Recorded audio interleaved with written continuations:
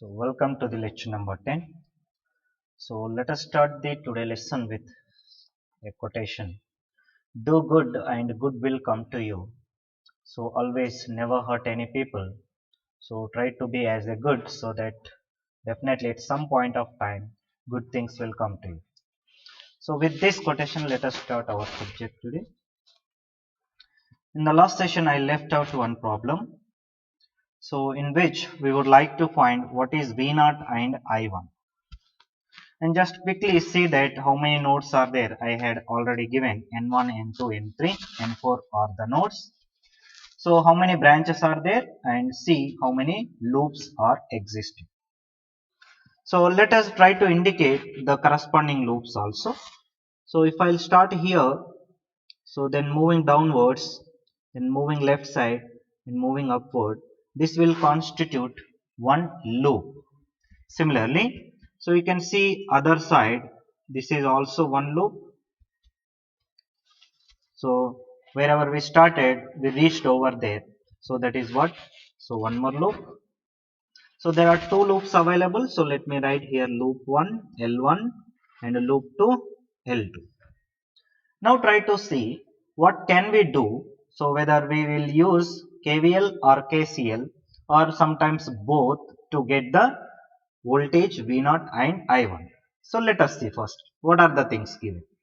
So one thing you should observe that there is a 10 ampere current source is given in the right side rightmost branch which is connected in series with the 5 ohms. So thereby the current flowing through this 5 ohms is what? The 10 amperes. So that is represented here. Next, so it is intentionally given some unknown current over here as I1 as I1. So if we apply the Kirchhoff's current law, we can get this middle branch current. If I'll assume this branch current is leaving, why? Because these two are entering, so definitely this might be leaving. So how much is that current? Is sum of these two currents. We stated Kirchhoff's current law in another way also. Sum of entering currents is equal to sum of leaving currents.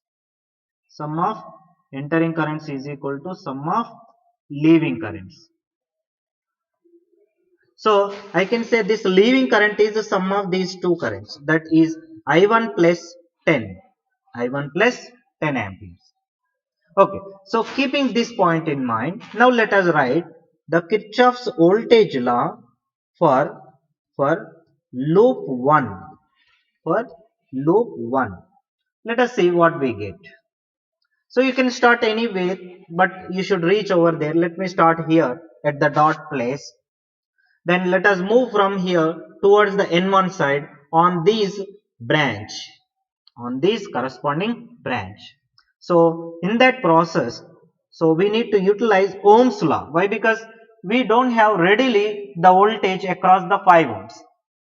So what we need to do? We have to find that voltage by using Ohm's law. So how much is that voltage? So tell me.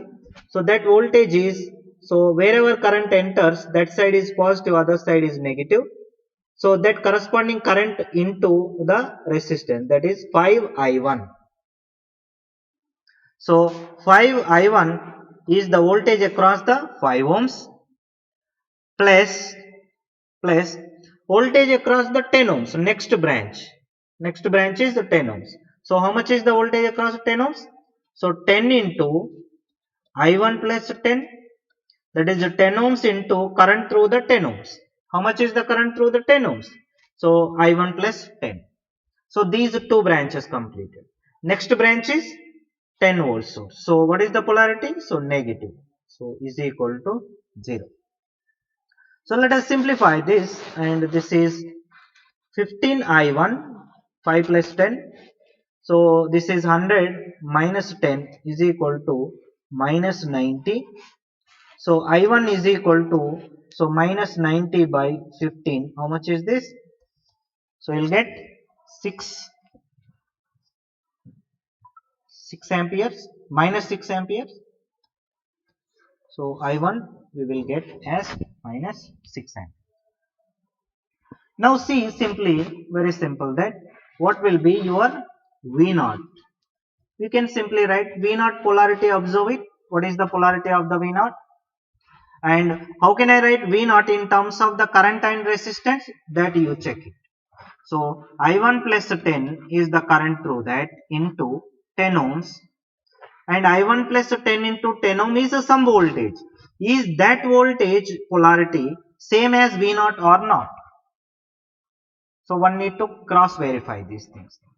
So I1 is entering to this 10 ohms at the top terminal here. So that side is positive, other side is negative, which is equal to 10 I1. I1 plus 10 into 10. That is what the voltage. So that is equal to V naught. Why? Because both are having same polarity. V naught and the corresponding voltage drop across the resistor because of the current I1 plus 10. So this will give the required voltage. So I1 we got as minus 6. So minus 6 plus 10 into 10 is, this is 4 into 10 is 40 volts. 40 volts. So let us see the next problem. So these are the required things, I1 and V0. See, just 1 KVL is sufficient to find these things. It may look like big complex things, but just try to observe. So in some of the way we can find the, by writing Kirchhoff's laws, we can find the required parameters. So let us see the next problem. So just let me take this circuit over there.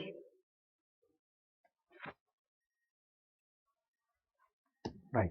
So see here. So let us take the next question. This also very interesting. So now the question here is that we need to find the resistance R. How much is the resistance R? So how can we find the resistance R? So by using Kirchhoff laws, KVL and KCL and maybe Ohm's law. So Ohm's law also may be used by using these laws. So let us see how can we do that. So try to observe the circuit very carefully. So let me make a little bit bigger. Right? Okay. So now try to identify. So what are the things given? So the given things is current source is given with 15 amperes. And if you want, you quickly identify the nodes also. So nodes are, this is one node, this is one more node, 3 and 4. There are 4 nodes are available. Observe the branches, etc. Those things are now negligible. Okay. So next is try to see. So means when you see this kind of problem, you should get the idea where you should start. What is the idea? Let me tell you first in generally, then we proceed on that. So once I'll see the circuit, something is looking, so which is little bit different, that somewhere here, the voltage is given. The voltage is given. See here, plus minus 100 volts. And its resistance is given. Now this is the like attracting point where you need to focus once you see the circuit. Voltage and resistance is given. Can we do something that to get the current through that branch? And try to observe wherever voltage polarity is positive, their current will enter. This branch current is entering over here, means moving downward in this. If you want, you name something, some name for this current, some I1. It's your wish. So we can find I1 somehow. So by this time you should have the idea how to get this I1. Voltage divided by resistance. We got 1 point. Next, so how I decided this current direction, that also should be carefully observed by using passive power sign convention. Wherever voltage polarity is positive, their current should enter. Okay, got it. Now try to observe this node N1. Let us say this as N2, this as N3, this as N4. 4 nodes are there. At node N1, can I do something?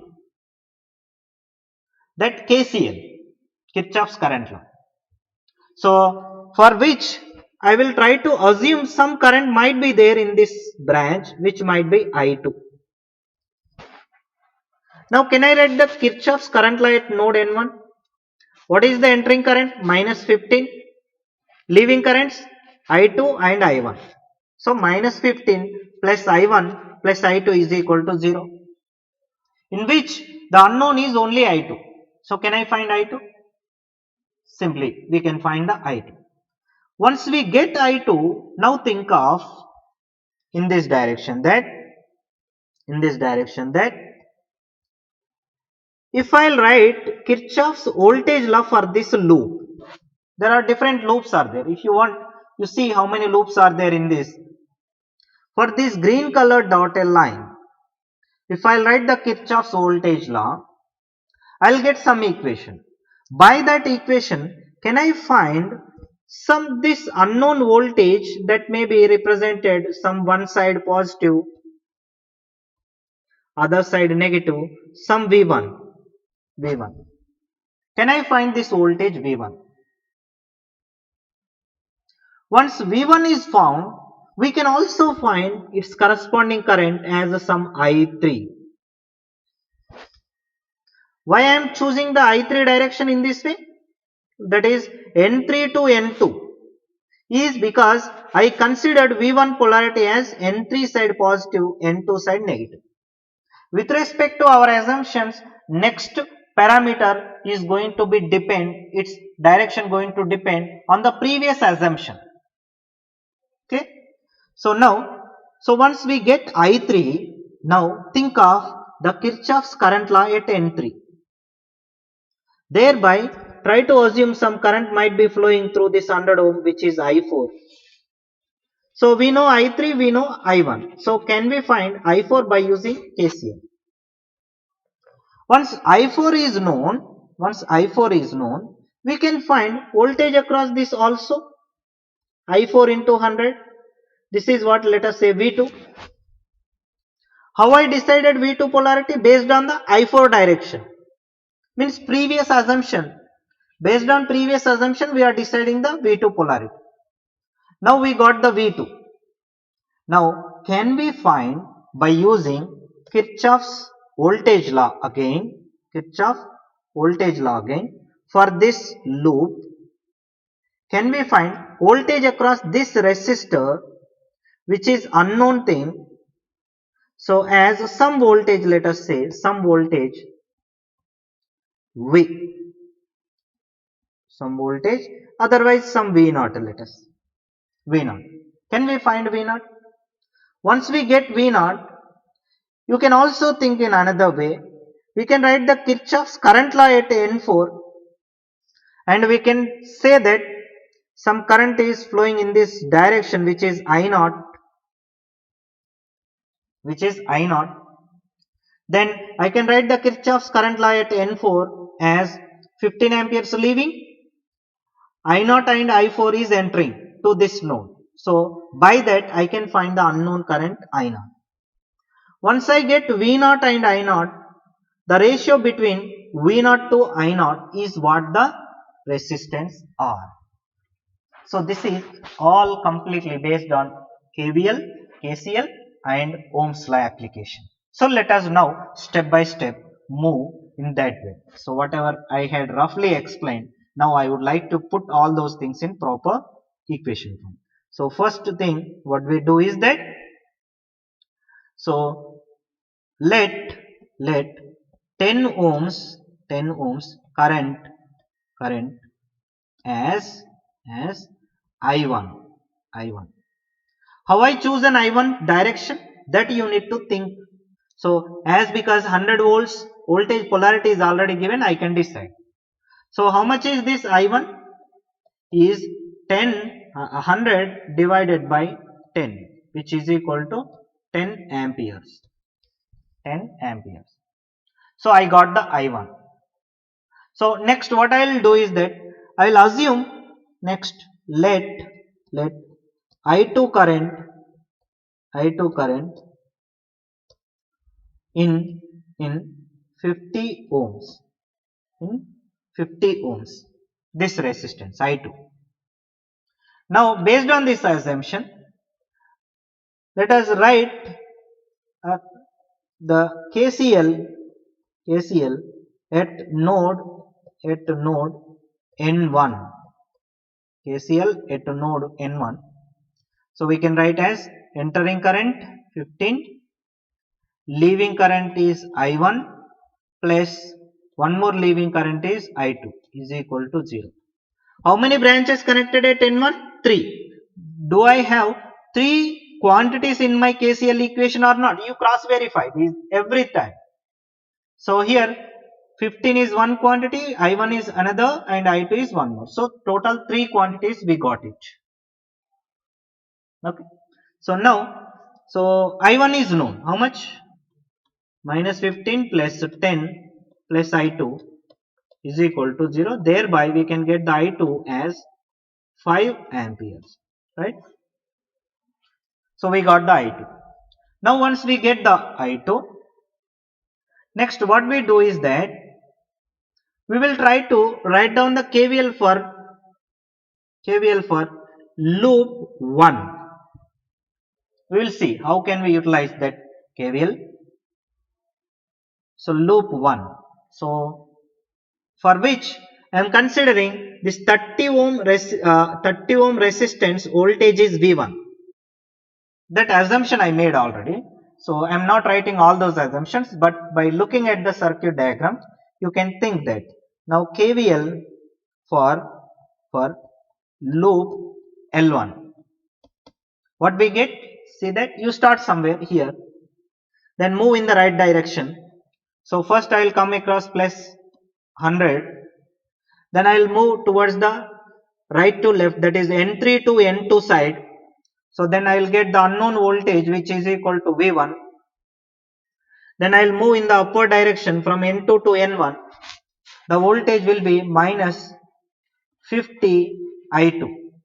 This you carefully observe is equal to 0. Now in this traveling path, how many elements I come across? I have come across 3 elements. So I should get 3 quantities. Check it. Alright. So now, so I2 is known. So we can find this as 100 plus V1 minus. So how much is this? If we substitute I2. So let me write 50 into 5 is equal to 0. So which is equal to V1 is equal to, so this is 25, that is 250 minus 100, which is equal to 150 volts. V1 is equal to 150 volts. So these all are not directly required things, but we need these things to get something else. Okay. So I got V1. Then after getting V1, what we do? We will try to find that corresponding current. How much is the current through the 30 ohms? This is what the 30 ohms, whose voltage is known now. So can I say, therefore I3 is equal to V1 by 30. That is 100 by, is it 100? Yeah. So sorry, 150 by 150 by 30. So this is 5 amperes. So I3 is 5 amperes. Once I will get I3, what is our next objective? To get the I4. So let us write the Kirchhoff's current law at N3. KCL at N3. So what do we get? So see that I1 entering, so minus I1 plus I3 plus I4. Minus I1 plus I3 plus I4 is equal to 0. So how much is I1? I1 is 10, then I3 is 5. So minus 10 plus 5 plus I4 is equal to 0. So we will get this I4 as, so minus 5, so is equal to 5 amperes. So we got I4. Once we get I4, can we find the voltage across this 100 ohm, which is equal to V2. So therefore V2 is equal to I4 into 100 ohm. That is what? 5 into 100, which is equal to 500 volts. So we got V1, V2, V1. So next what we do? For loop L2, we write the KVL. So that we will try to get what is V0. KVL for loop L2. KVL for loop L2. So what do we get? Let us see that. So you start somewhere at N2. So minus V1 plus V2 minus V0 is equal to 0. Minus V1 plus V2 minus V0 is equal to 0. Let me check whether polarity is correct or not. Minus plus minus. V1, V2, V0. V1, V2, V0. So in which we know V1, we know V2. So how much is V1? V1 is 150. So minus 150. So plus V2 is 500 minus V0 is equal to 0. So how much is V0? V0 is equal to 500 minus 150. So this is equal to 350 volts. So let us keep this quantity aside. Now let us utilize the Kirchhoff's current law at node N4. Why? Because we know this branch current is 15 amperes. This branch current is I4, which we know. This branch current we assumed as I0 in downward direction, as because this assumption came from the voltage V0. Voltage polarity V0. As because voltage polarity we choose an upside positive, thereby current is entering there itself. So what I'll do is that I'll write the Kirchhoff's current law at node N4. So KCL at N4. What do we get? So this current is leaving. So 15. These two are entering. So 15 plus 15 minus I0 minus I4. Plus 15 minus I0 minus I4 is equal to 0. Can we find I0? I4 is known, 5 amperes. 15 minus I0 minus 5 is equal to 0. Thereby I0 is equal to 10 amperes. So now we know this unknown element resistor voltage and current. Can we find this resistance value? So voltage divided by current. That is what? So R, therefore R is equal to V0 by I0, which is equal to, so 350 by 10, which is equal to 35 ohms. So this is one very interesting problem on the application of the basic laws, which is KVL, KCL and Ohm's law. So just try to make yourself practice of this problem once again to get the awareness on these applications of KVL and KCL.